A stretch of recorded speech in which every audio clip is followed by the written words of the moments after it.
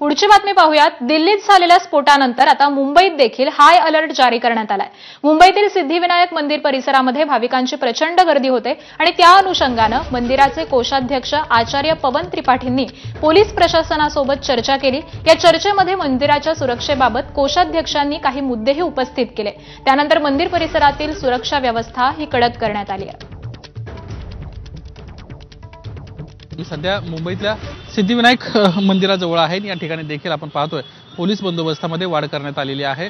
काल रात्रीपासूनच या ठिकाणी बंदोबस्तामध्ये वाढ करण्यात आल्याची माहिती मंदिर प्रशासनाच्या वतीने देण्यात आली आहे। खरं तर आज मंगळवारचा वार आहे। आज मंदिरामध्ये येणाऱ्यांची मोठ्या प्रमाणामध्ये गर्दी असते। अशा वेळी कुठलाही अनुचित प्रकार घडू नये आणि पुढील काही दिवस मुंबईतली जी सुरक्षा जी व्यवस्था आहे ही देखील आता कुठेतरी वाढवण्यात आल्याचं आपल्याला दिसतंय। रात्री उशिरा ज्यावेळेस आढावा घेण्यात आला होता त्यावेळेस दादरचं स्टेशन असेल, छत्रपती शिवाजी महाराज टर्मिनस असेल, चर्चगेट स्टेशन असेल, अशा वेगवेगळ्या स्टेशनवर देखील पोलिसांना बंदोबस्त वाढवला होता आणि चेकिंग करायला सुरुवात देखील केली होतं।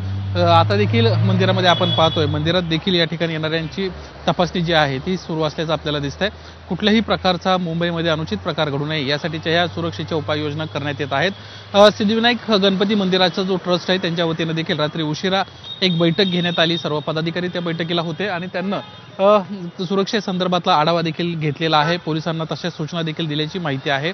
आज मंगळवारचा दिवस असल्यामुळे येणाऱ्यांची संख्या मोठी असते। अशा वेळी गर्दीचं नियोजन असेल किंवा सुरक्षेच्या कुठल्याही त्रुटी राहू नयेत यासाठीचा खबरदारी आता ही घेण्यात आलेली आहे। मुंबई स्फोटाची जर कालच्या दिल्लीच्या स्फोटाची माहिती घेतली तर साधारणपणे 9 जणांचा त्याच्यामध्ये दुर्दैवी मृत्यू झाला आहे, तर 20 जण सध्या जखमी आहेत। या संपूर्ण प्रकरणी दहशतवादी हल्ला होता की गाडीमध्ये स्फोट झाला होता अशा सगळ्या बाबी ज्या आहेत त्या तपासल्या जात आहेत। मात्र या घटनेमुळे संपूर्ण देश हाय अलर्टवर आहे। देशातील अनेक मंदिरं असतील, ऐतिहासिक स्थळं असतील, प्रेक्षणीय स्थळं असतील, या ठिकाणी आता बंदोबस्त वाढवण्यात आल्याचं आपल्याला दिसत आहे।